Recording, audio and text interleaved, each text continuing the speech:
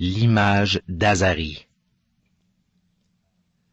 À l'âge de 27 ans, Yamaoka Teishu, qui était déjà un expert de sabre réputé, combattit avec Azari Matashishiro, lui aussi sabreur célèbre. Cette rencontre fut brève car Azari désarma rapidement son jeune adversaire.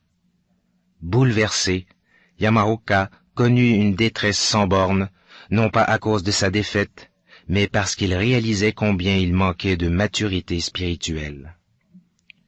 Motivé par cette rencontre, il redoubla d'efforts pour se consacrer entièrement à l'entraînement au kenjutsu, art du sabre, et à la méditation assise, zazen.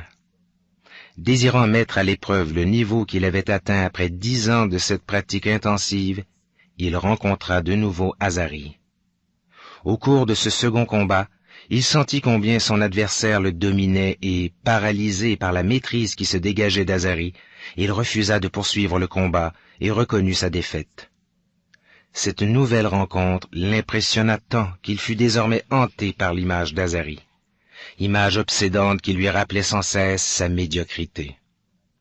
Loin de se résigner, il intensifia sa pratique du sabre et de la méditation. 7 années passèrent quand, après une forte expérience spirituelle, il constata soudain que l'image d'Azari avait cessé de le tourmenter. Il décida alors de se mesurer une nouvelle fois avec lui. Azari le fit d'abord combattre avec l'un de ses élèves, mais celui-ci s'avoua vaincu dès le début du combat.